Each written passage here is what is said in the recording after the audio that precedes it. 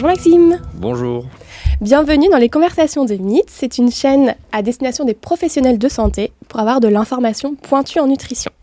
Alors Maxime, est-ce que tu peux te présenter ? Je suis diététicien nutritionniste depuis quelques années, 3 ans maintenant. Et je suis aussi à côté de ça coach sportif et préparateur physique. Donc actuellement mon activité professionnelle elle se résume à travailler dans une clinique auprès d'une patientèle qui se rapproche c'est pour ça que je suis là, donc en oncologie, en cancérologie, ayant un service cancérologie. Et ensuite à côté je suis en libéral avec des patients que tu peux avoir aussi avec les objectifs de perte de poids, de choses comme ça, de diabète, gestion du diabète, chirurgie bariatrique. Et à côté de ça, du coup, mon activité de coach sportif et de préparateur physique qui reprend l'année prochaine. Ok. Donc tu viens d'expliquer que tu gérais notamment des personnes atteintes de cancer. Ouais. C'est le sujet du podcast d'aujourd'hui. Est-ce que tu prends en charge tout type de cancer dans la clinique ? Ouais. Moi, je suis dans une clinique de soins de suite et réadaptation. Est-ce que tu peux expliquer un petit peu ce que c'est ? Ouais.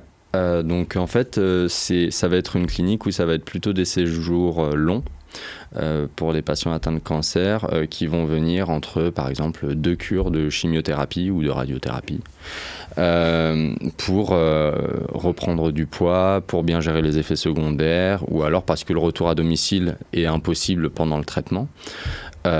Et donc du coup, faut bien qu'ils soient pris en charge quelque part, donc ils viennent ici. Donc le séjour peut durer 1 semaine, 2 semaines, même bien plus long, entre 2 cures par exemple, et le séjour complet peut durer bien plus longtemps. Mais donc soins de suite et réadaptation, c'est ça. C'est notre but, c'est d'accompagner le patient pour qu'il puisse vraiment, pour parler vulgairement, se retaper pour vraiment reprendre des forces entre deux cures, pour pas tomber, pour faire attention à la dénutrition, reprendre du muscle, pour être actif. Donc c'est pour ça qu'il a des séances quotidiennes de kiné. Il y a aussi une prise en charge psychologique qui est possible. Voilà, c'est vraiment une prise en charge globale dont le patient est le centre en fait. Ok. Est-ce que tu interviens à tout stade de la maladie ? Ouais. Ouais, c'est vraiment du fait de ce séjour-là, de ce type de clinique-là, c'est vraiment, ça peut être, par exemple, le patient peut en être à sa première chimiothérapie et t'en as qui ont déjà fait pas mal de cures, qui testent aussi d'autres voies de traitement parce que le précédent ne marchait pas et la maladie, des fois, elle évolue, des fois, il y a un échappement et du coup, le patient peut décéder aussi, ça arrive. Donc c'est vraiment tout type de stade, entre guillemets, c'est à tous les stades, il n'y a pas de... Ok. Quand tu dis échappement, ça veut dire Alors quoi ? c'est quand il y a comment dire, quand la maladie elle échappe au traitement quoi. D'accord.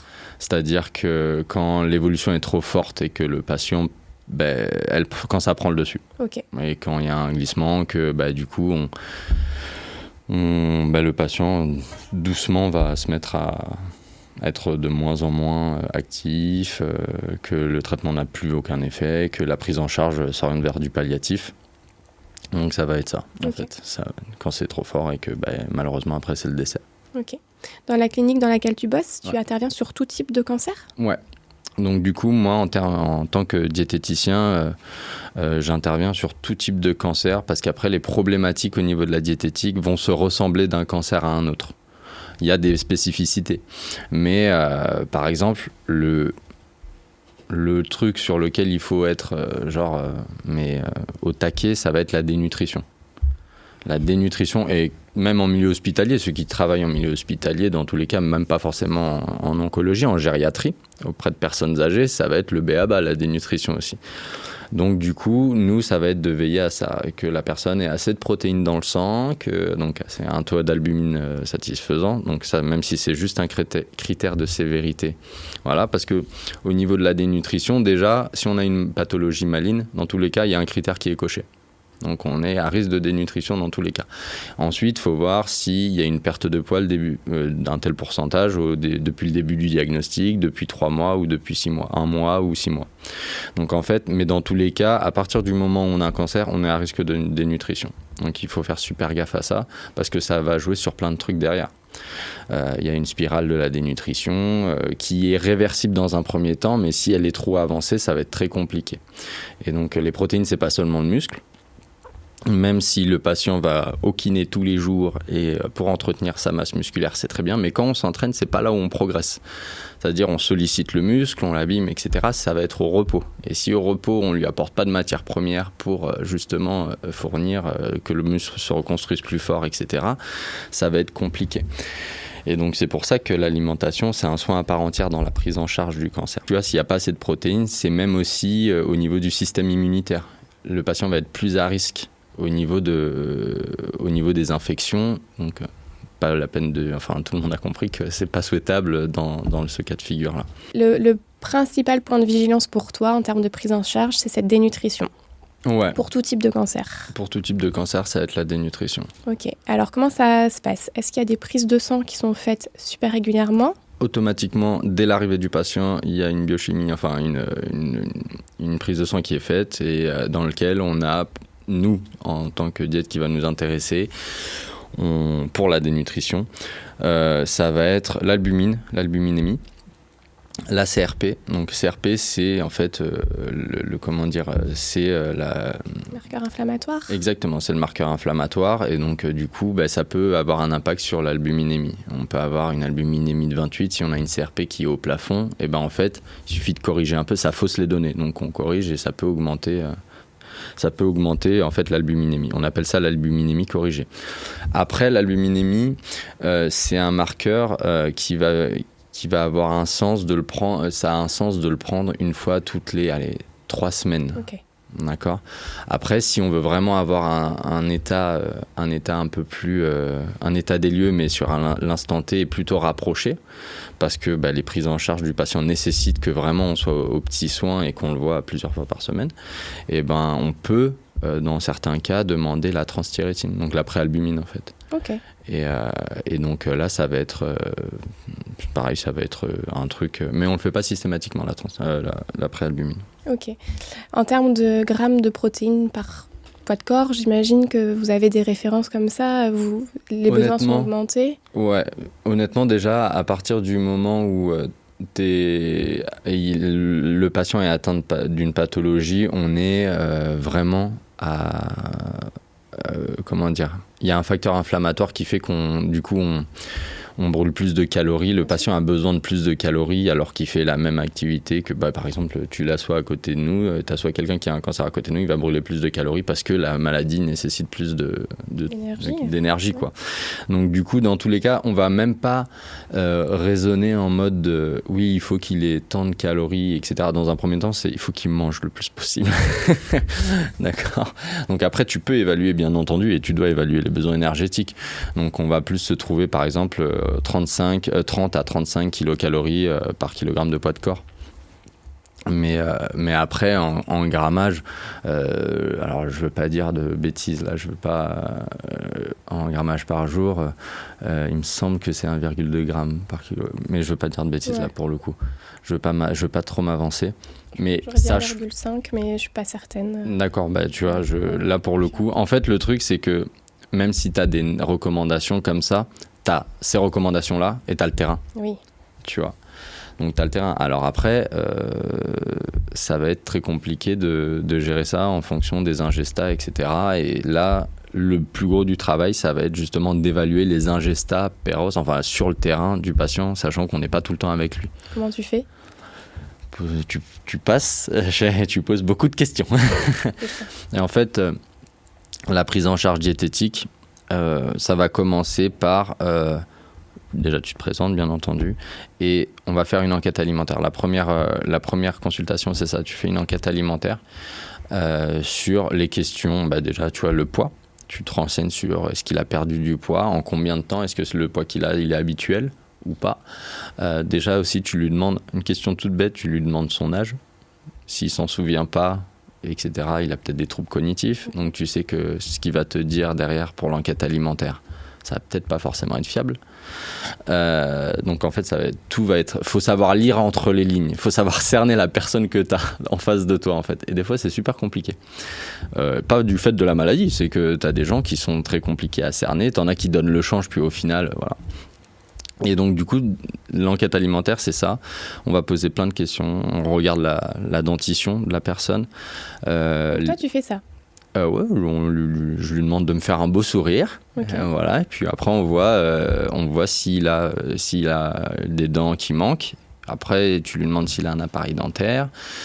Est-ce que s'il a perdu du poids, l'appareil dentaire lui convient toujours? Et en quoi ça peut être utile justement cette dentition dans ta prise en charge à toi? La mastication. Ok.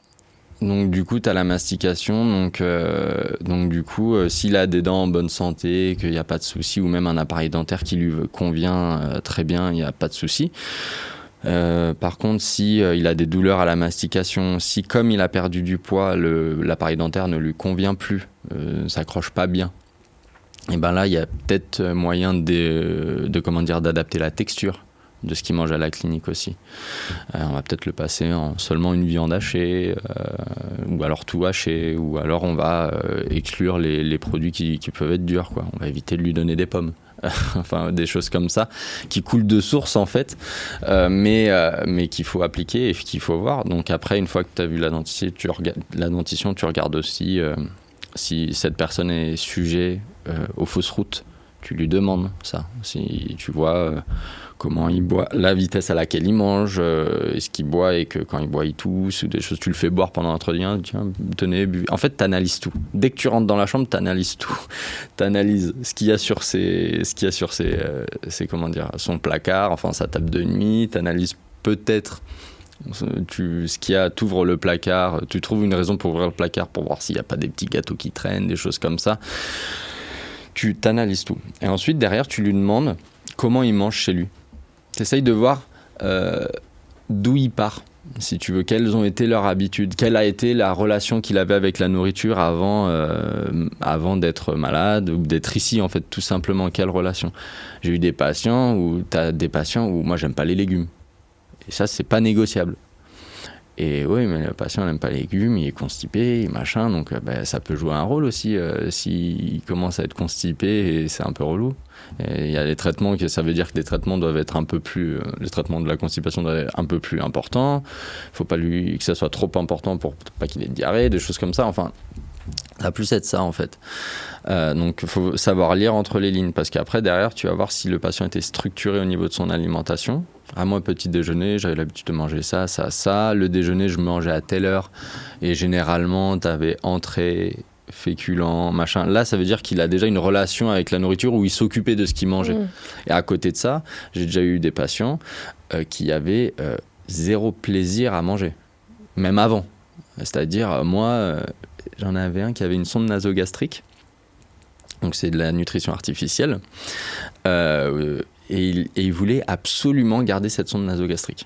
C'est-à-dire que, alors que des fois on se bat justement pour la mettre en place pour des patients qui en ont besoin, etc. Lui voulait absolument la garder.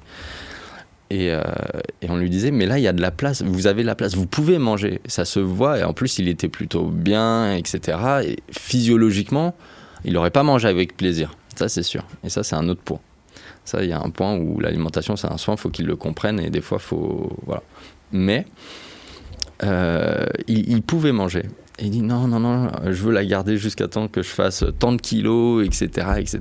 Sa femme était pareille et que j'avais fait l'entretien avec sa femme et ce patient.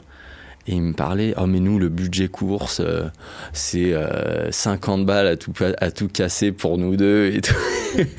Et donc là, c'est compliqué de mettre en place quelque chose et de faire comprendre que l'alimentation, c'est un soin. Et tu sais que la prise en charge, elle va être chaude. Et c'est toute la difficulté de la chose. Et c'est ça qui est aussi super passionnant, c'est qu'on est tous différents. Et même si tu as la même pathologie, tu vas avoir deux patients différents. Et il va falloir apprendre à les connaître. Et c'est ça qui est cool aussi. Ok. Combien de temps ça dure alors le premier rendez-vous, enfin la première consulte? Ça dépend. 30 minutes quand tout va C'est bien. le temps standard. Ouais. Quand les réponses, c'est du tac au tac, mais c'est pas genre un questionnaire tac tac, c'est on parle sous forme de discussion, 30 minutes, etc.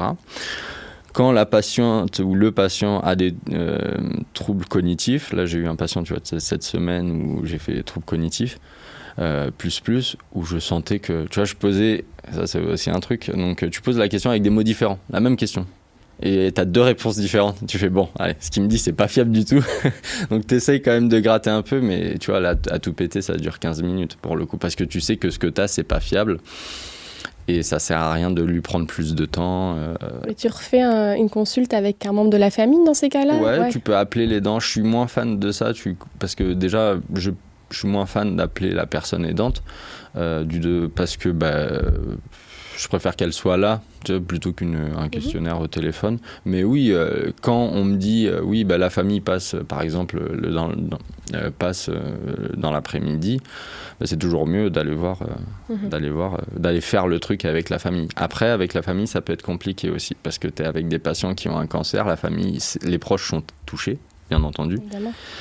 Et donc, du coup, c'est cool quand la personne pondère ce que le patient dit, parce que le patient, des fois, se sent obligé de nous faire plaisir avec la réponse. Il croit qu'il y a un jugement derrière. Alors, c'est pas le cas, en fait. Et donc, du coup, voilà. Et donc, la famille peut pondérer. Donc, ça, c'est cool.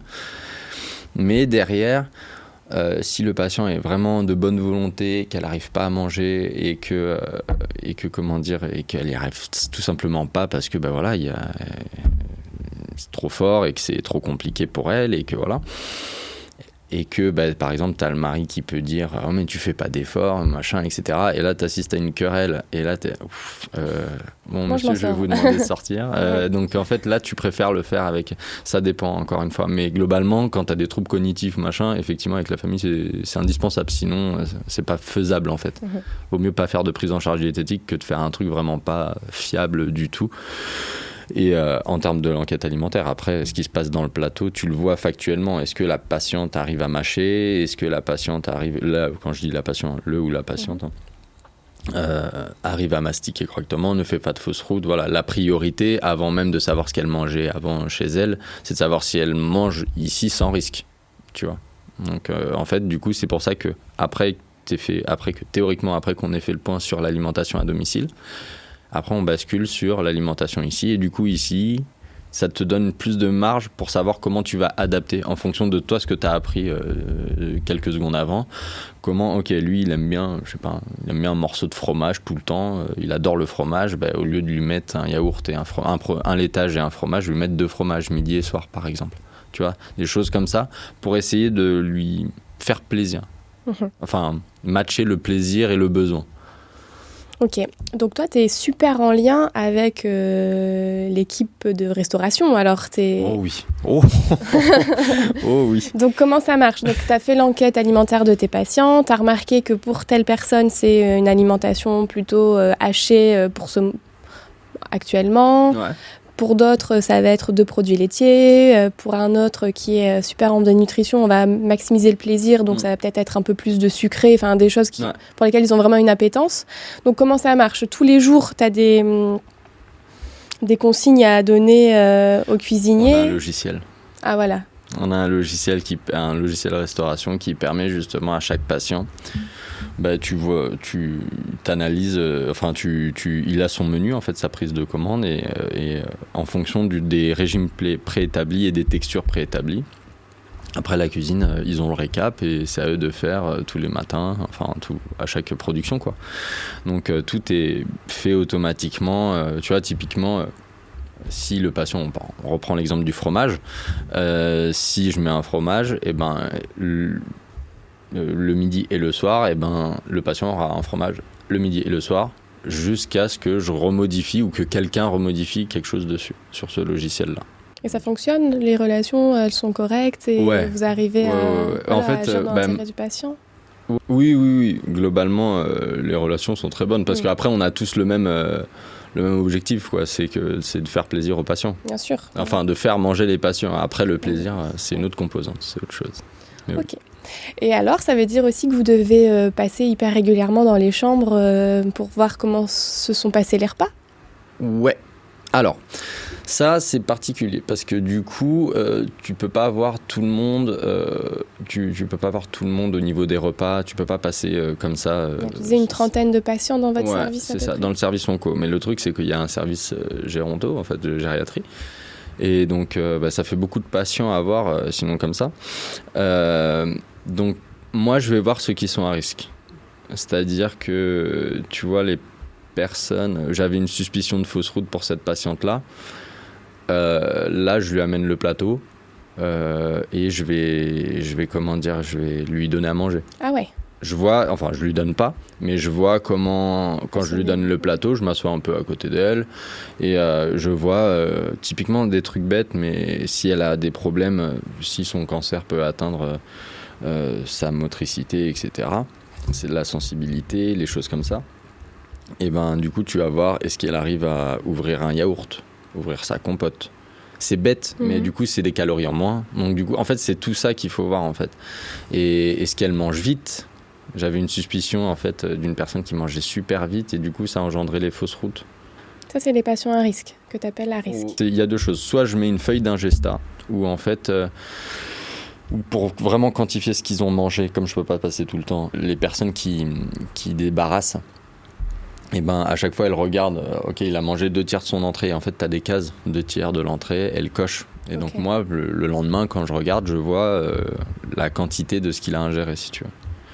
Donc ça, c'est une manière de voir. Ou alors, effectivement, trouble cognitif, il dit je mange ci, je mange ça, et tu vas la voir après, tu vas voir vraiment dans la chambre, tu vois que le plateau est pas touché.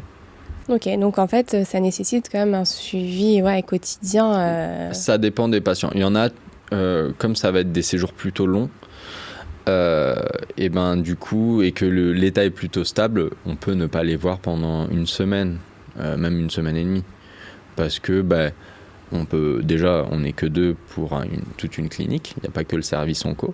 Mais il n'y a pas de nécessité, tout se passe bien. Et s'il y a vraiment quelque chose, de toute façon, l'équipe soignante nous informe. Les infirmières, les aides-soignantes, elles nous appellent, elles disent repasse-le, là, il y a quelque chose qui ne va pas, etc.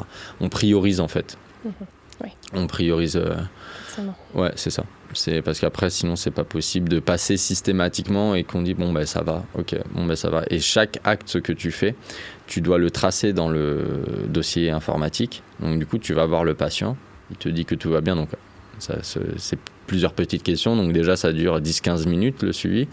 Puis après, toi, il faut que tu le traces dans le dossier. Mais si à la base, tu n'avais pas forcément besoin, tu vois, ça peut être un peu de temps de perdu, entre guillemets, si je peux dire ça comme ça, pour une autre prise en charge plus importante, plus prioritaire, en fait. La prise en charge diététique, elle est obligatoire quand le patient arrive dans ce service? Ouais. Ah oui, c'est d'office, dès qu'il y a une entrée, on y va. Ok. C'est obligatoire parce que pour prévenir la dénutrition, voir les choses. Puis après, tu vas avoir, on n'a pas abordé ça aussi, mais tu vas avoir aussi la question de la nutrition artificielle. Ouais. Tu les pèses, toi, tes patients ? Ils sont pesés dans le service. Ah oui. Normalement, c'est toutes les semaines. Après, si le patient peut se lever, nous, dans notre bureau, on a une balance à impédance-métrie. Après, c'est des valeurs qui sont à prendre avec des pincettes, quoi. L'impédance-métrie, c'est pas très... Il y a des choses qui nous sortent où c'est pas très fiable, en fait. Donc voilà, ce qui nous intéresse, c'est le suivi. Ouais. C'est l'évolution, déjà le poids. Déjà, c'est la priorité, je veux dire. Si le patient a pris du poids, que ce soit du muscle ou de la graisse, il a pris du poids, c'est toujours bien. Si c'est de la graisse, dans tous les cas, ça fait des réserves au cas où il aura un peu moins faim un jour et qu'il traverse une période d'anorexie. Donc dans tous les cas, ça va être le poids la priorité. Après, le reste, c'est des fioritures un peu, j'ai envie de dire. Mais après, c'est toujours bien aussi pour le patient, ça peut le remotiver, c'est toujours ça, quoi. Vous avez des réunions d'équipe avec les médecins ? Ouais, c'est trop bien. J'adore. Quelle fréquence ? Une fois par semaine ? Ça va être une fois par semaine. Ça va être du fait que les séjours soient longs en SSR. Sinon, ça va être tous les jours. Sinon, j'ai fait un stage pendant mon stage en milieu thérapeutique dans le cadre de mon BTS diététique. J'avais bossé dans un hôpital. Et là, c'était tous les jours. Tous les jours, 10 heures, parce que tu as trop de turnover, tu as machin. Donc, du coup, toute l'équipe doit être refaite. Et donc, voilà. Là, c'est une fois par semaine... propre à cet établissement avec cette structure, enfin, avec cette structure, quoi, et ces objectifs-là, si tu veux. Tu as médecin, aide-soignante, infirmière, kiné, APA, activité physique adaptée. Donc en fait, pour ceux qui ne connaissent pas, APA, c'est vraiment dans la continuité de la prise en charge kiné. Mais quand les patients sont plutôt aptes à faire... une activité physique. Ouais, à faire une activité physique plus, entre guillemets, j'allais dire intense. Mais oui, il faudra inviter un APA, tu sors. Il pourra plus t'expliquer, mais tu vois, tu vas pouvoir faire, je sais pas, du badminton avec des ballons de baudruche, des choses comme ça, plus ludiques et qui font bouger et qui permettent de aussi soulager aussi la prise en charge kiné. En fait, il y a un peu de tout ça. Donc, il y a APA, psychologue et diète. Ok. Et donc là, tu vas, à chaque fois, on regarde un patient, le cas d'un patient, et après tout le monde parle, si besoin. Et ergothérapeute, j'ai pas dit, excusez-moi. Il y a l'ergothérapie, donc on a des ergothérapeutes, et donc elles font partie aussi du staff. Je vais me faire taper dessus par mes collègues. Et ce sont les médecins qui donnent un petit peu les directives, ou pas forcément C'est le médecin qui dit pourquoi le patient est là, qui dit où il en est dans son traitement. Et en gros, après, généralement, celles qui ont le plus à dire, bien entendu, c'est celles qui sont sur le terrain avec eux quotidiennement, même si nous, tu auras compris, c'est ponctuel. Donc, ça va être aide-soignante, infirmière. Et donc là, ça nous permet de voir comment ça se passe. Les aides-soignantes, tu vois, typiquement, on parlait de constipation. Moi, je parle aussi pas mal avec elles pour savoir comment ça se passe au niveau des selles. Est-ce qu'il y a des épisodes de diarrhée? Est-ce que, constipation, tout ça. Donc, on parle beaucoup. Et puis après, derrière, il y a kiné aussi qui parle de l'évolution. Kiné APA qui parle de l'évolution de tout ça, de leurs patients sur le plan physique. Et après psychologue, si le cas est important et que si le psychologue, si l'état psychologique nécessite la prise en charge de la psy, et ben du coup pareil. En fait, on a une vue globale du patient. C'est-à-dire on se limite pas à seulement moi ce que je peux voir quand je passe le voir, parce que comme je t'ai dit, des fois il te montre, il donne le change, tout va bien, etc. Puis ensuite il y a un patient, c'était ça. Oui, je mange super bien, machin, et je te jure, j'ai rien vu. Et comment dire, et après je sors et je fais il a l'air super bien, celui de là, je sais pas combien. Il fait ah ouais, il mange rien. Et les infirmières disent il mange rien, il veut pas, il a balancé son plateau et tout. Je fais je suis fait avoir quand même. T'en as, ils sont malins. Hein. T'en as, c'est vraiment compliqué. Et donc du coup, c'est pour ça que c'est super intéressant. T'es pas tout seul dans ta prise en charge. Okay. Ça, c'est génial. Tu parlais kiné, APA. Est-ce que du coup le sport, en tout cas l'activité physique, c'est super encouragé, j'imagine, chez vos patients là? Ouais. C'est indispensable. En fait, ce qui est super important dans la prise en charge du cancer et en soins de suite et réadaptation, c'est de lui faire comprendre le projet thérapeutique et le fait qu'il est au centre de ça. C'est-à-dire que, entre guillemets, la prise en charge, il y a une grande partie qui va dépendre de lui. C'est-à-dire que le patient n'a rien à faire dans une clinique de soins de suite et réadaptation. S'il peut aller au kiné, qu'il n'y va pas. S'il peut manger, mais qu'il préfère sortir ou faire amener des plats, etc., et qu'il ne mange rien. Et encore des plats à risque au niveau microbiologique aussi, au niveau hygiène, c'est chaud, tu vois. Donc, si vraiment il n'y met pas du sien, il n'a rien à faire là, et à un moment donné, voilà quoi, la prise en charge, elle n'est pas possible. L'activité physique est primordiale. L'activité physique dans la prise en charge contre le cancer est primordiale. Ça va prévenir énormément de choses. Ça a un impact sur le pronostic, ça a un impact sur le risque de rechute s'il y a rémission. Donc c'est super important, et c'est pour ça qu'on insiste beaucoup dessus. Et derrière, si l'activité physique est prise en charge et est primordiale, ça veut dire que derrière, il faut refaire le plein. Donc l'alimentation, par effet de cause, bien entendu, est primordiale aussi. D'accord ? Donc elle n'est pas juste primordiale du fait des dépenses énergétiques de l'activité physique, il y a plein d'autres choses, bien entendu. Mais c'est super important, et il faut que le patient comprenne ça. Il n'est pas ici pour se laisser porter. Il est au centre du truc, il faut qu'il soit actif, il faut qu'il le comprenne. Il faut qu'il comprenne que l'alimentation, c'est un soin à part entière, que même si ça ne lui plaît pas, malheureusement, on ne lui demande pas de prendre du plaisir. Et c'est ça qui est dur aussi à dire en tant que diète. Oui. Moi, j'ai eu du mal au début à faire comprendre ça, surtout que tu as des patients qui ont des idées très arrêtées, etc. J'ai eu du mal à le dire de manière sèche parfois. Vous dire, là, maintenant, je ne vous demande pas de prendre du plaisir. Qu'on soit d'accord. Il y a ce que vous avez envie, il y a ce que vous avez besoin. Si vous voulez continuer, machin, etc. Après, tu parles de la dénutrition, et quitte à aller dans les détails, de lui dire les risques qu'il encourt si derrière il passe dans une nutrition artificielle. Les choses comme ça.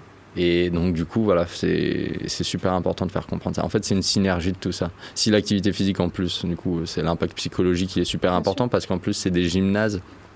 Il n'est pas tout seul quand il fait de l'activité physique. Donc tu sais, on rencontre des gens, on a une super équipe. Donc du coup, tu sais, il y a le côté social de la chose, tu vois, qui est super importante pour un patient que s'il était tout seul dans sa chambre. Donc en fait, c'est tout ça qui est super important. Ok. Vous avez des patients qui ne sont pas en capacité d'en faire ? Alors, il y a des patients qui ne sont pas en capacité d'en faire. Dans ces cas-là, ça va être prise en charge en chambre. Okay, ou alors quand il est vraiment trop fatigué, on le laisse tranquille, parce que là, il ne peut rien faire. Ouais, ce serait contre-productif. Exactement, ouais. Ok. Ça marche. C'est super intéressant, franchement. Je suis en train d'apprendre plein de choses, moi aussi. Comment la chimio et la radiothérapie, ça affecte l'appétit chez les patients qui sont atteints de cancer ? Alors, ça dépend du type de chimio, ça dépend de plein de choses. Après, globalement, ce qui va ressortir le plus, ça va être quand les patients vivent mal les effets secondaires, parce que tu as des chimios plus fortes que d'autres, ça va être nausées, vomissements, diarrhée plus. Tu vas aussi avoir une xérostomie, un assèchement buccal, en fait. Donc du coup, tu sais, c'est super compliqué de faire manger quelqu'un qui a une bouche sèche et de lui faire manger, je sais pas, du riz par exemple. Tu vois, quand il y a du riz, c'est compliqué. Enfin, quand je dis riz, ça peut être autre chose, mais dans tous les cas, ça peut être quoi d'autre ? Ça peut être des aftes. Enfin, tout ce qui est infection buccale, faut faire super gaffe en fait à la bouche des patients. C'est quand même le premier endroit par lequel passent les aliments, tu vois. Donc t'as ça. Tu vas avoir quoi ? La modification du goût. La modification de la perception des choses. T'en as qui peuvent avoir l'impression de manger du carton un peu de temps en temps, qui vont avoir une modification, c'est un peu de tout ça. Un dégoût alimentaire, tout simplement, purement et simplement, pas d'un aliment en particulier, mais seulement de l'odeur, rien que l'odeur avant même d'ouvrir la cloche, etc. Ils sont déjà dégoûtés, la vue du plat chaud va leur donner des hauts le cœur. Donc du coup, là c'est super important dans tous les cas c'est important, mais là tu as des adaptations à faire. C'est pour ça que... Quel genre ? Typiquement, tu vois, si tu as un dégoût alimentaire, ce qui marche bien c'est le froid. Ah ouais. Donc tu vas plus passer sur des salades composées, des choses comme ça, des crudités, une double entrée, des choses comme ça, parce que c'est ce qui passe. Alors après, là, c'est pour ça que je te dis, tu as le terrain avec les calories, les besoins énergétiques, et enfin, tu as la théorie et tu as le terrain. Là, tu n'es pas dans le calcul de... Là, il faut qu'il mange, et il faut mettre ce qui passe, entre guillemets. Et tu vois, typiquement, pour la nausée, il faut s'assurer qu'il est bien l'antiémétique. Le coca marche bien. Avec les bulles ? Ouais. Alors, ça dépend lesquels. T'en as qui... Tu vois, si tu as des mucites, des infections au niveau buccal, le coca avec les bulles, déjà coca, voilà, moyen, mais alors tout ce qui est avec les bulles, c'est compliqué, tu vois. Donc ça dépend, mais le coca pour la nausée, typiquement, tu vois, quelques gorgées avant le repas, une demi-heure avant, voilà, ça peut faire le taf. Et t'as le côté plaisir du truc, tu vois. Et donc en fait, ce genre d'effet secondaire-là va impacter l'appétit du patient. Donc du coup, là, dans un premier temps, tu dis qu'est-ce qui vous fait envie ? La première question, c'est ça, qu'est-ce qui vous fait envie ? S'il n'y a rien qui passe, qu'est-ce qui vous fait envie ? Et là, ensuite, tu vas mettre en place toute une cascade de trucs au niveau de tous les composants du menu. Tu essayes de voir ce qui peut passer, ce qui ne peut pas passer, pourquoi, etc. Et tu ajoutes des collations alors aussi ? Ouais, ils en ont une. Après encore une fois... tu as des choses qui sont inhérentes au fonctionnement de la structure. Quand tu sais, la cuisine, du coup, par exemple, le dîner va être assez tôt. Donc, il ne faut pas que la collation soit trop rapprochée du dîner. Donc là, pour le coup, c'est compliqué au niveau de la prise des suppléments aussi.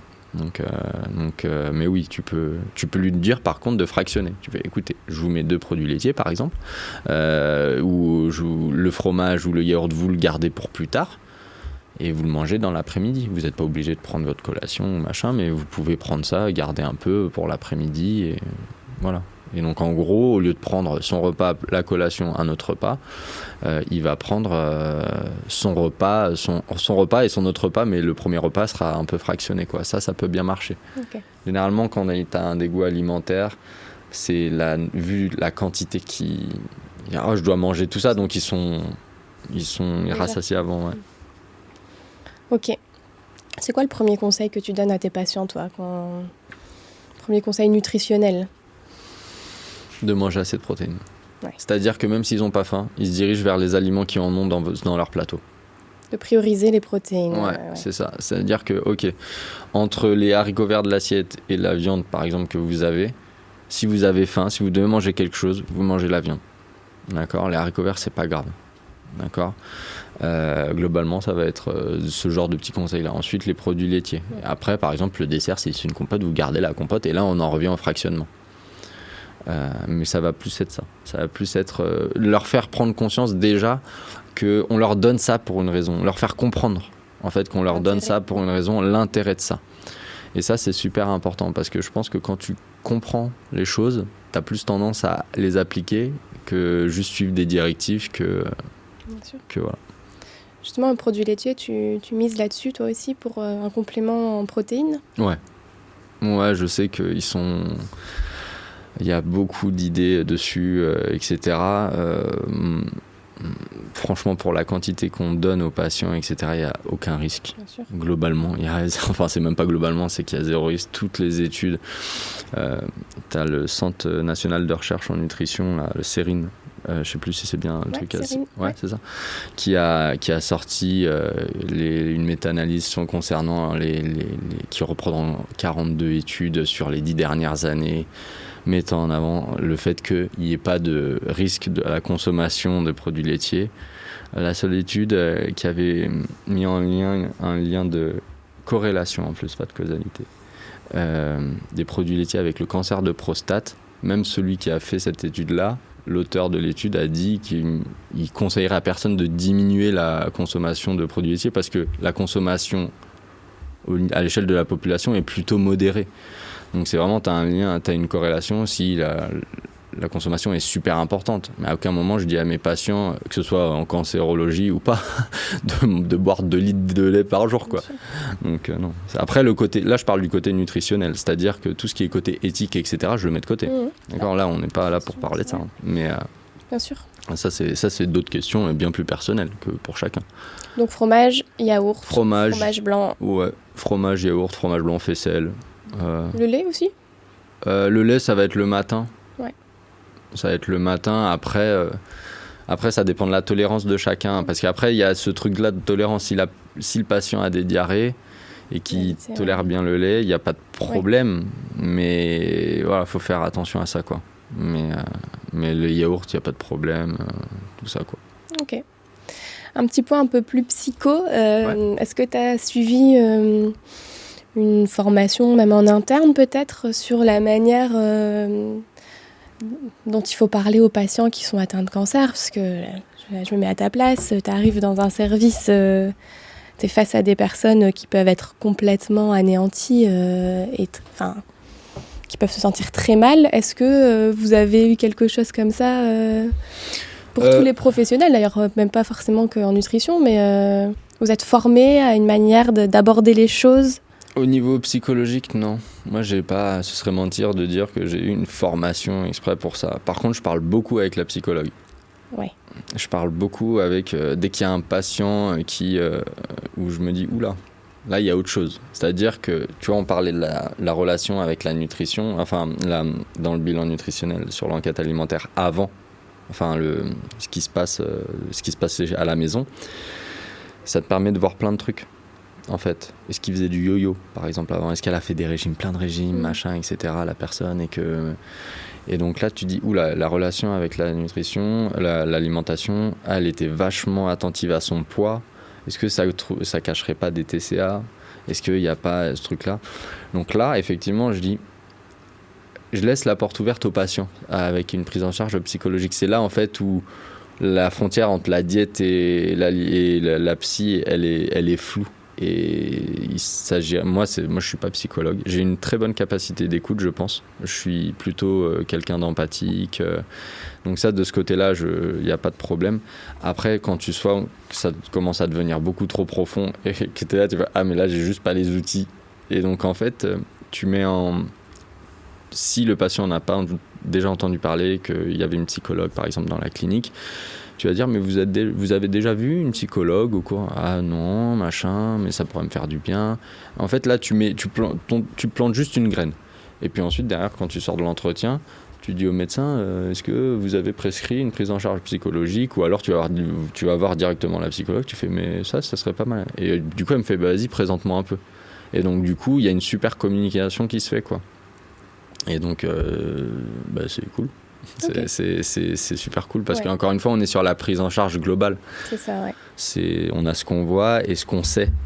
Et quand on parle des patients, c'est pas du tout pour parler du patient et voilà, de dire, c'est vraiment pour savoir ce qui nous intéresse pour adapter une prise en charge au mieux, en fait. Tu vois, quand on me dit, tu vas voir, mais fais gaffe, ce patient, il donne le change, mais une fois que tu creuses, machin. Donc là, je sais que sur l'enquête, je vais poser plus de questions, je vais peut-être être plus insistant. Parce que tu as aussi le côté, donc quand tu es diététicien, tu arrives, ah non, mais moi je veux pas faire de régime. Alors, c'est tout le contraire. Vous allez manger. Vraiment. Le plus possible, vous mangez. Ouais. Ok, et est-ce que toi, tu as déjà été désarçonné un peu dans la prise en charge d'un patient ? Je sais pas, moi ce qui me vient, c'est un patient en fin de vie, par exemple, où... Bah oui, tu te dis peut-être que là, je peux tout à fait comprendre qu'il n'ait pas envie de manger. Enfin, ça t'est déjà arrivé ? Alors, au niveau émotionnel ou au niveau professionnel ? Les deux. Choses. Au niveau professionnel, oui. C'est clair et net. Parce que tu as des patients qui sont compliqués à prendre en charge du fait aussi du cancer. Tu as des patients les cancers ORL sont un peu compliqués. Enfin, même la prise en charge des cancers ORL, elle est plutôt spécifique.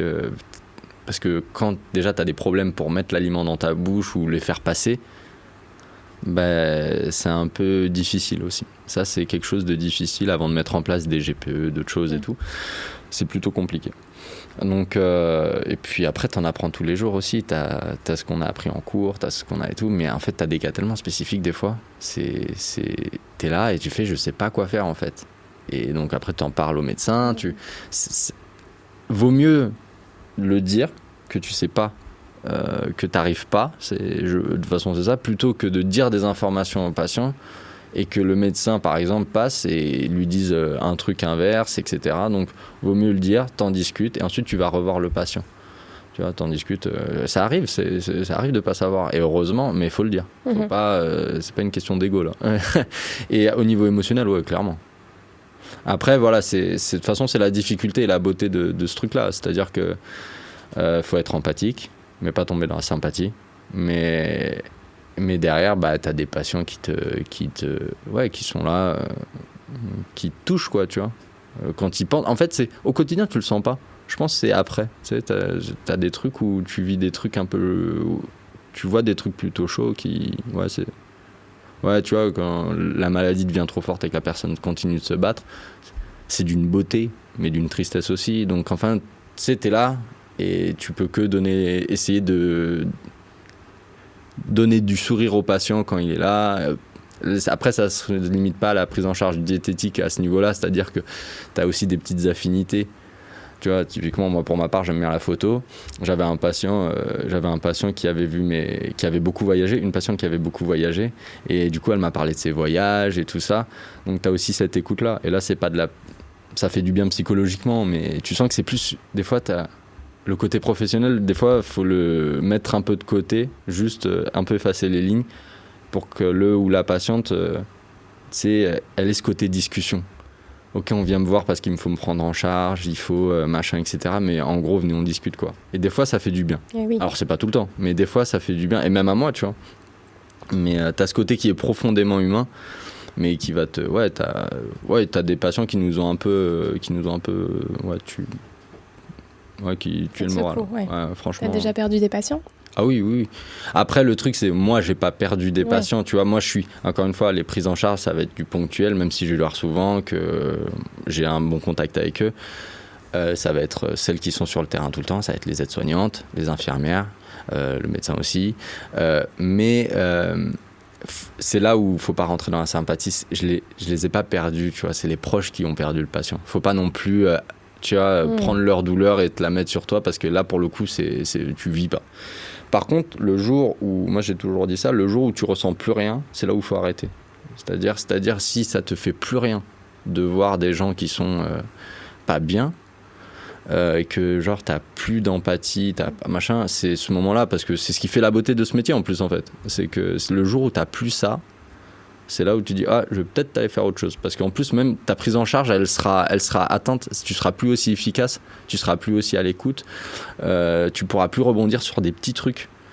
Il y avait un petit truc, un monsieur typiquement qui comment dire, il donnait le change, etc. Il mangeait plutôt pas mal, etc. Et il fait mais tu le vois en plus au teint. Moi je soupçonnais un peu de tabac et d'alcool, d'accord, et tu le voyais, il y avait un truc, donc je commence à creuser, et du coup une cigarette, une de temps en temps, et c'était combien, ça pouvait aller jusqu'à 1,5 paquet. Ah oui. Et du coup quand tu sais que c'est comme ça, que tu vois un peu le passé, parce que du coup t'as ses antécédents, etc., tu fais au niveau du coup, est-ce que c'était en même temps de prendre une bière, et là tu mets même pas le mot alcool, tu fais est-ce que c'était en même temps que vous preniez une petite bière, etc. Ah ouais, c'était 2 pintes minimum par jour, et en fait du coup tu tires une ficelle en fait, petit à petit, et ça c'est comment dire, c'est cool quoi, cette prise en charge, faut lire entre les lignes, c'est ça quoi. Mmh. Justement, c'est intéressant que tu en parles, on n'a pas encore abordé ce sujet de tout ce qui est alcool et tabac. Vous ne servez pas d'alcool à la clinique ? Non. Donc, on m'a demandé plusieurs fois, mais non. Donc les patients qui avaient l'habitude de boire un petit verre d'alcool, il y a le diagnostic qui est posé, donc d'un point de vue santé, on sait très bien que l'alcool, ça ne va pas être recommandé. Mais ces patients qui avaient l'habitude de boire un verre d'alcool, comment ça se gère ça ? C'est zéro alcool ? Ouais, zéro alcool. Et au niveau tabac, alors au niveau tabac, c'est autre chose. Ouais. Là, les patients, ils peuvent fumer à condition que ce soit à l'extérieur de la clinique, etc. Okay. Mais après, c'est hyper dur. Ouais, là, c'est contrôler ça, ou d'interdire, ou de. Ouais. Si la personne était à 2 paquets, elle arrive dans une clinique, et là, on lui demande de pas fumer, de pas boire, tu vois, typiquement, c'est pas possible, c'est impossible. Puis après, si tu penses en termes d'activité physique, elle descend, je pense à une patiente qui aime beaucoup me taquiner, parce qu'elle a du mal à prendre ses compléments, et tous les jours je suis derrière elle, enfin tous les jours, très régulièrement je suis derrière elle, et donc du coup elle fume beaucoup, mais genre beaucoup, et du coup je me dis allez, ça vous fait marcher, du coup c'est au moins ça de prix, mais du coup comme vous marchez, faut prendre vos compléments. Donc plus vous fumez, plus vous prenez vos compléments. Donc tu essayes de jouer un peu avec ça. Ouais. Bon, ça marche pas, hein, mais c'est plus le côté drôle du truc. Ouais, voilà, mais okay.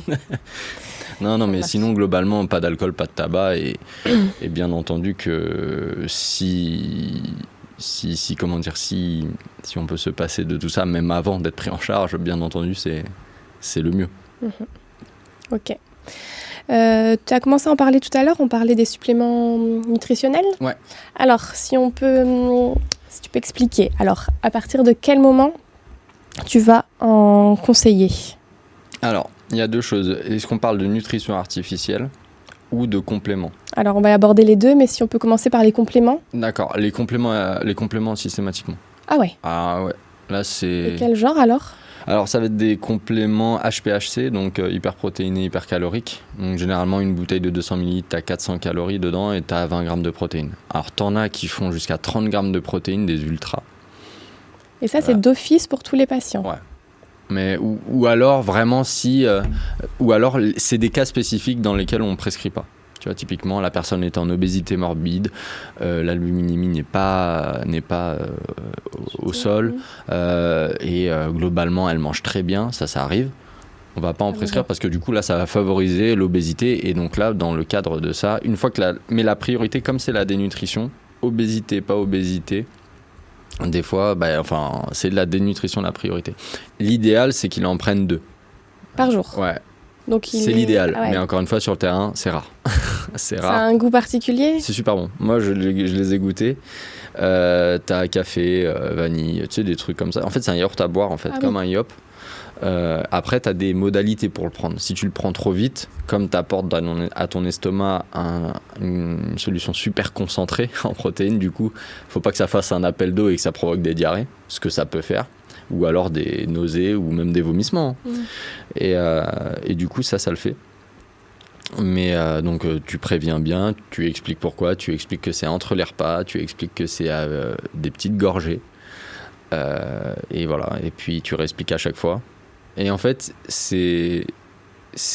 ne favorise pas à faire comprendre que l'alimentation est un soin à part entière, parce qu'ils prennent ça pareil pour un yaourt à boire, quoi.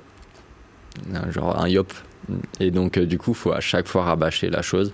Et une fois que le message est passé, pour le coup, ça marche bien. Mais c'est un médicament, c'est sur prescription médicale. Ouais. Donc du coup, il faut bien comprendre ça. Et après, tu leur dis, il y a 20 grammes de protéines, c'est un steak haché dans cette petite bouteille. Voilà. Après, il faut le répartir, mais tout en leur faisant comprendre que il ne faut pas qu'ils les prennent, par exemple, juste avant les repas, sinon ça va leur couper l'appétit. Et la priorité, c'est le plateau. La priorité, c'est l'alimentation naturelle, l'effet matriciel des aliments, les choses comme ça. Et tout ce qui est vitamines que tu n'auras pas autant ou pas en bonne forme. Là, tout est synthétique. En fait, tout est synthétisé en labo dans leur truc là. Donc, c'est super au niveau protéines. Et faut le prendre comme ça. Mais rien ne remplace l'alimentation naturelle. Ok. Donc, tu as parlé de celui-là, il y en a d'autres ? Alors, il y a le HPHC, il y a le jus de fruits. C'est sous forme de jus de fruits. C'est comme un sirop, comme en plus, c'est riche en protéines. C'est vraiment sirupeux un peu. Donc, les patients qui adorent le sucré, ils l'adorent généralement. Et donc, il y a combien de grammes de protéines ? 8 grammes. 8 grammes, ok. Alors là, si je dis pas de bêtises, tu as 300 calories et 8 grammes. Dans un verre de... Dans une bouteille, dans la même 200 ml. Donc, tu as 8 grammes. Et 300 calories, si je dis pas de bêtises. Ouais. Et ensuite, tu as le diabétique, donc le HPHC, pareil, mais G+, ça s'appelle. Enfin là, c'est la gamme Clinutren, donc de Nestlé, mais qu'on a à la clinique. Et donc, du coup, tu as le G+, pour diabétique avec les glucides à index glycémique bas, pour pas perturber le diabète. Donc ça, parce que ça aussi, ça peut être un facteur, un diabétique qui a un cancer... Ça joue aussi sur l'alimentation. Les jus de fruits, ça marche bien, surtout, et c'est à tu peux avoir un double bénéfice. C'est-à-dire que si le patient en plus a du mal à s'hydrater, tu lui dis, si vous voulez, je vous mets un sirop. Il fait, sirop, pourquoi pas, etc. Comme j'aime pas l'eau plate, et tu sais, les modifications du goût. L'eau plate, tu peux avoir un goût super bizarre. Donc du coup, tu prends la bouteille, tu mets le sirop, vous aimez bien, il goûte, il aime bien. Elle fait, et là t'expliques. En fait c'est du sirop, mais dedans c'est super bon pour vous parce que et là tu t'expliques un peu tout ça. Et sinon t'as crème dessert sous forme de crème dessert enrichie, voilà. Donc c'est 185 calories et t'as 11 grammes de protéines dedans. Et ça marche bien. Ça marche bien pour les patients qui ont par exemple qui ont du mal à avaler du chaud, les mucites, etc. C'est froid en fait. Tu vois. Ça c'est pas obligatoire. Tu le mets pas à chaque fois ça. En fait, tu choisis la forme. Tu vois, c'est possible que t'as un patient là que cette semaine j'ai passé en BIC, donc bouillon yaourt compote, parce qu'il a un cancer de la sphère orale et rien ne passe. Mais au niveau solide, déjà il est en texture mixée et rien ne passe en fait, il n'arrive pas. La seule chose qui passe, ça va être les crèmes dessert. Et donc les crèmes dessert, du coup, donc je vous mets juste un bouillon pour quand même avoir quelque chose, c'est ça. Le yaourt, parce que du coup c'est pareil, c'est froid. La compote, ça passe aussi. Et la crème dessert, et là la crème dessert il mange bien quoi, il la prend 2 fois, et du coup à côté, même si ça doit pas se substituer à un repas, les bouteilles à boire, Donc en fait, tu fais comprendre que la crème dessert, c'est le repas, et les bouteilles à boire, c'est à côté, et tout ça. Okay. Donc c'est compliqué. À partir de quand tu décides de les passer en nutrition orale, alors, tes patients ? Nutrition orale. Sous sonde ou ce genre de choses. D'accord. Ouais, c'est peut-être pas ça le terme. Alors, tu as nutrition parentérale. Alors, nutrition parentérale, ça va être... nutrition parentérale, c'est intraveineuse, en fait. Ouais. Donc, ça arrive directement dans le sang. Ça va être pour les choses... On va éviter de le mettre trop longtemps, quand même, parce que c'est à risque d'infection. Par exemple, ton patient, là, dont tu viens de parler, est-ce que pour lui, ça se justifie ? Oui, il en a. Ah ouais. Voilà, il en a. Ouais, il en a. Okay. Ouais, ça assure quand même 1200 calories, quoi. Donc il a ça et il a quand même les compléments que tu... Ok. Donc du coup, ça c'est un cas particulièrement approprié là pour le coup. Après, voilà, donc déjà tu as un risque d'infection parce que la chambre peut s'infecter et en plus le système digestif est totalement en repos. Et donc c'est pour ça qu'avant d'être en parentéral, théoriquement, ta première option, ça doit être la nutrition entérale. Ouais. Donc du coup, c'est pour ça que entérale, donc tu déposes le complément dans le système digestif en fait. Donc tu digères quelque chose. Donc c'est pour ça que tu as la sonde nasogastrique, mais tu vas aussi avoir la GPE, la gastrostomie percutanée endoscopique, où en fait c'est un peu pareil, tu mets la sonde, mais tu as un trou qui relie à ton estomac et dans lequel en fait c'est versé directement dans l'estomac ou alors un peu après dans le duodénum. Ok, et ces patients-là n'ont que ce moyen-là de se nourrir ? Ou est-ce qu'ils peuvent quand même... C'est quand c'est du long terme. C'est quand c'est vraiment, là c'est moyen, long terme et que c'est un minimum. Et après, tu vois en fonction de son état, si ça passe, il continue de manger. Après, il faut faire attention aussi à l'heure à laquelle tu mets ce genre de complément. Parce que si tu le mets par exemple toute la nuit, il arrive au petit déjeuner, il n'a pas faim. Ouais. Donc il faut voir aussi l'heure, tu vois. Et vous décidez en équipe de passer les patients sur ce mode-là à partir d'un certain poids, quand tu vois que le poids baisse trop, que leur IMC est trop ça. bas. En fait, c'est une concordance de tout ça. Ouais. Tu vois, c'est pas forcément que l'IMC. Le plaisir à manger aussi. Ouais, c'est ça. Ouais. Tu vois, typiquement pour la personne qui avait la sonde nasogastrique, je voyais que ça. Et encore, on aurait même pu mettre une gastrostomie parce que c'est moins visible. Ce qui gêne les patients pour la sonde nasogastrique, c'est que généralement tu as ce côté de déjà se voir eux-mêmes avec une sonde et en plus que les autres les voient avec, c'est particulier. Ce qui est toujours favorisé, comme tu disais, c'est la nourriture. C'est la nourriture naturelle, donc péros. C'est vraiment ce que tu peux manger le plus naturellement du monde par la bouche parce que du coup la digestion commence aussi dans la bouche, donc en fait faire fonctionner un maximum tout ça, quoi.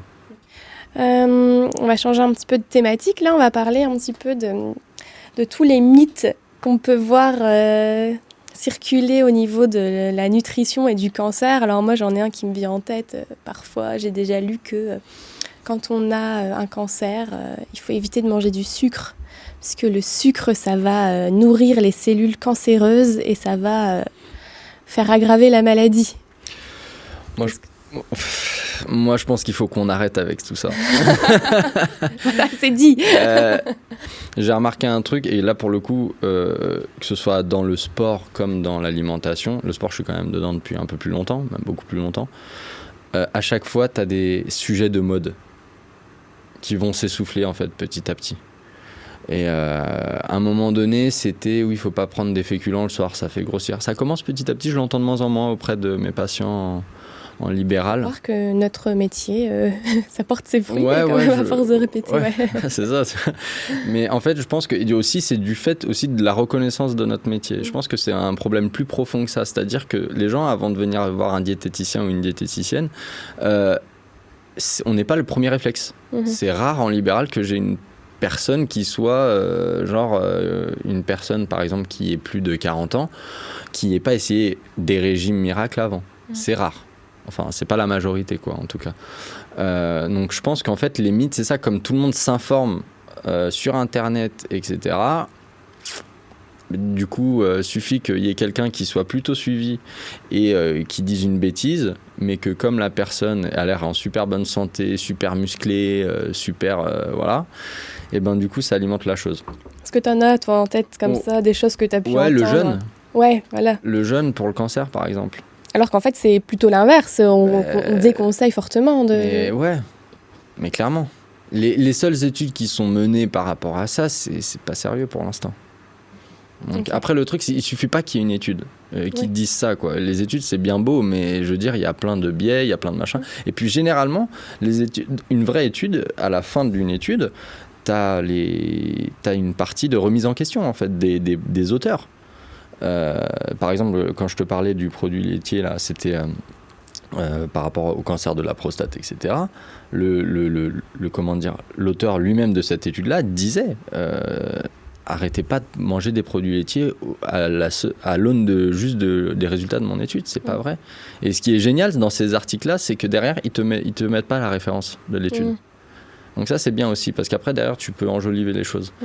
Donc, le jeûne, c'est simple. Moi, en plus, et là, pour le coup, tu vois, on parlait des sujets qui marquent, etc., des cas de patients qui marquent. Ça, j'étais en stage, donc c'était mes premiers patients. Et j'étais même pas en autonomie en stage, donc j'avais ma tutrice avec moi.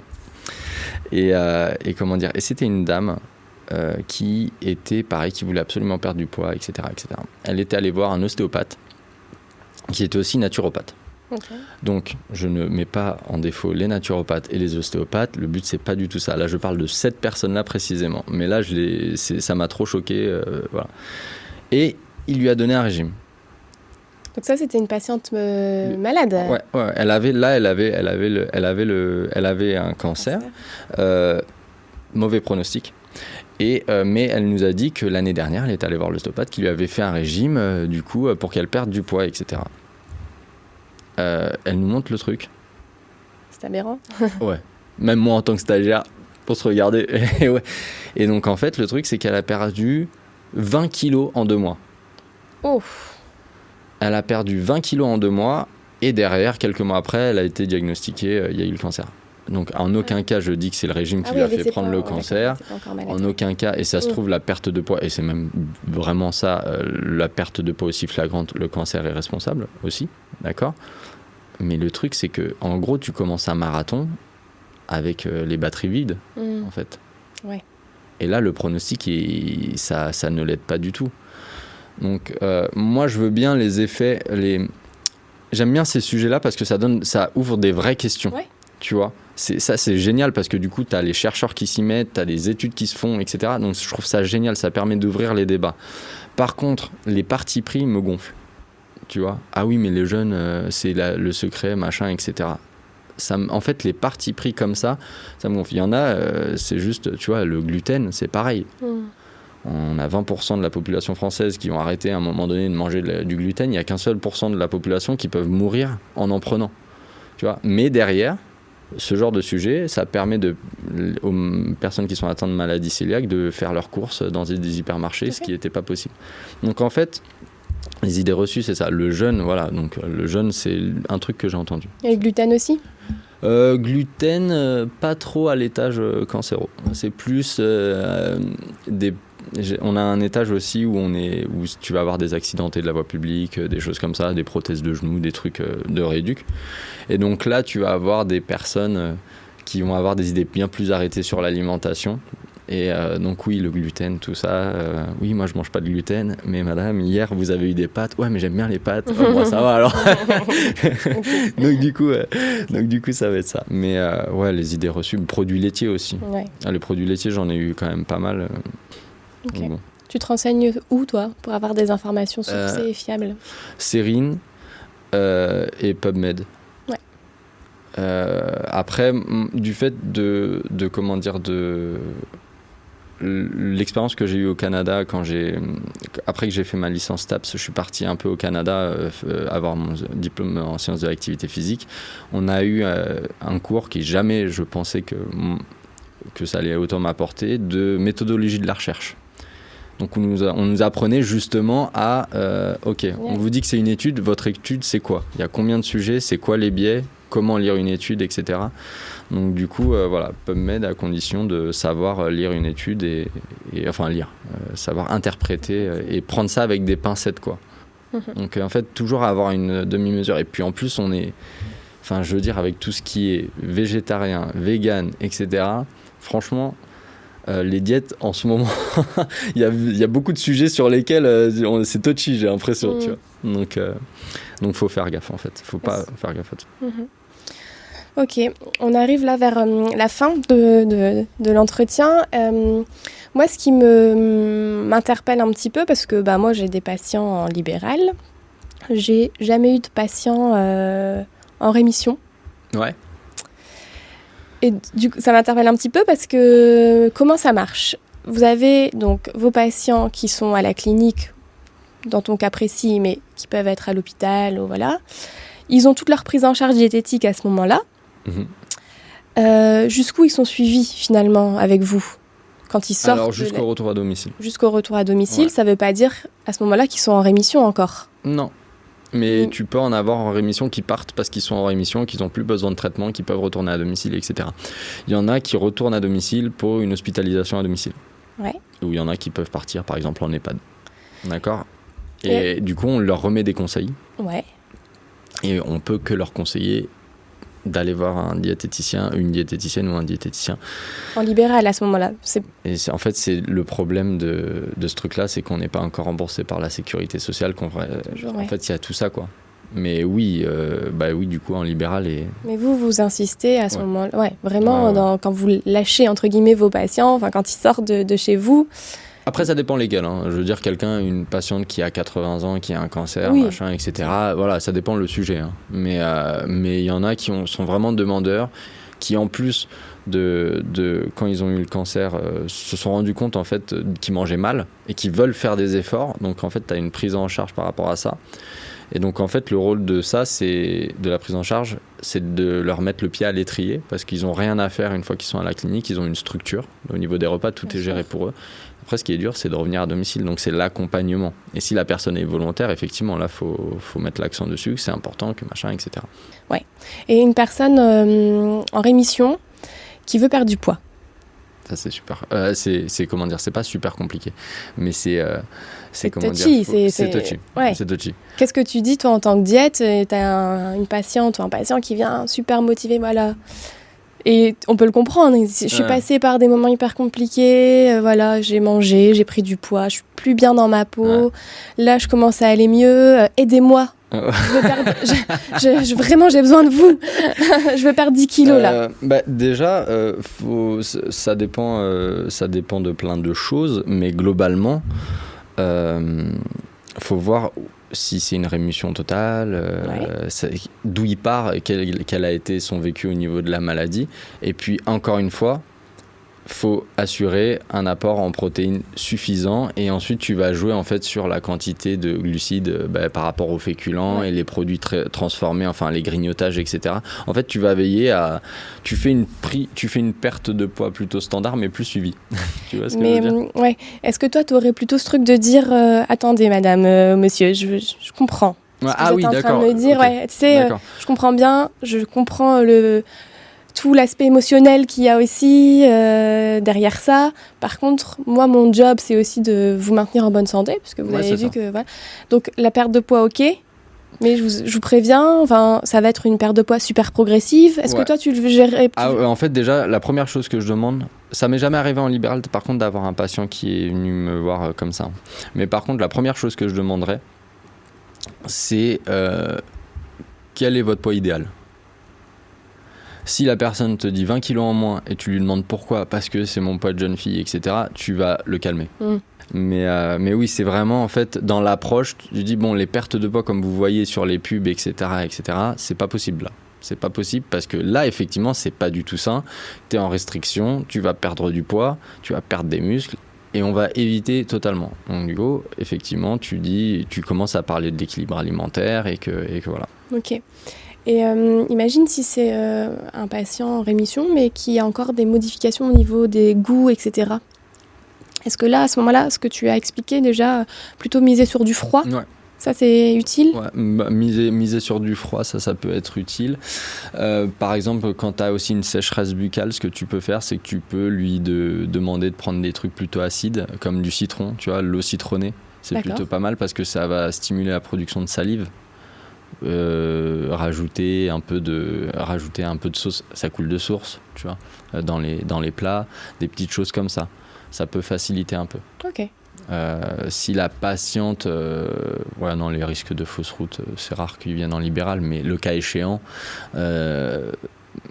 l'eau gazeuse, ça marche bien parce que ça va stimuler les muscles pour la déglutition et ça limite un peu les fausses routes. Okay. Mais ça, pour le coup, en libéral, je pense pas. Ouais. Est-ce que toi, tu demanderais sa dernière prise de sang, par exemple ? Ouais. Ah oui. Et tu ferais attention direct à l'albumine, la CRP ? Ah oui, là, ce serait systématique. Prise de sang et CRP, albuminémie et puis peut-être même glycémie aussi. Glycémie, cholestérol, tout ça, tu regarderais ? Ouais, alors après, le cholestérol, ce serait dans tous les cas, tu regardes, mais là, c'est pas forcément dans le cadre du cancer, quoi. Ouais. Ok. Et si tu te rends compte que ton patient, en un mois, il a perdu 4 kilos, là, il y a quand même... Oui, voilà, c'est ça. Là, c'est... Étude, voilà. Pour les personnes âgées, par exemple, mais qui ne vont pas chez les diététiciens, on recommande une fois par mois pour avoir un ordre d'idée. Mais globalement, une personne plutôt jeune, enfin quand je dis jeune, tu sais, ça va jusqu'à 70 ans, qui... Il va être content, les gens qui écoutent.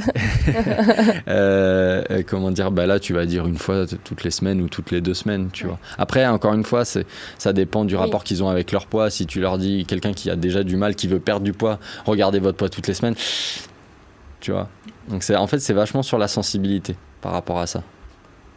Ok. Ça marche. Bon. Dans 5 ans, tu te vois encore... C'est trop difficile comme question moi, pour un baroudeur, ça. Ah ouais. Oui, est-ce que je me vois encore diététicien ? Ouais. Oui. Est-ce que je me vois encore coach sportif, etc. Oui, moi je suis trop bien au contact des patients, j'adore ça. C'est trop bien. Donc je me vois faire quelque chose avec les gens. J'adore ça. Après, est-ce que je me vois dans la même structure, etc. et dans mon cabinet ? Je sais pas. Honnêtement, je sais pas. Bon, donne-nous ton Insta, ton Facebook, comme ça on pourra te suivre. C'est ML Wellness. On le mettra en ressources, ouais. Merci, c'est gentil. Merci beaucoup, Maxime, pour cette interview. J'ai beaucoup appris, moi aussi à titre personnel, donc j'espère je suis sûre que d'autres personnes vont aussi beaucoup en retirer. Je suis trop content. Merci de m'avoir invité.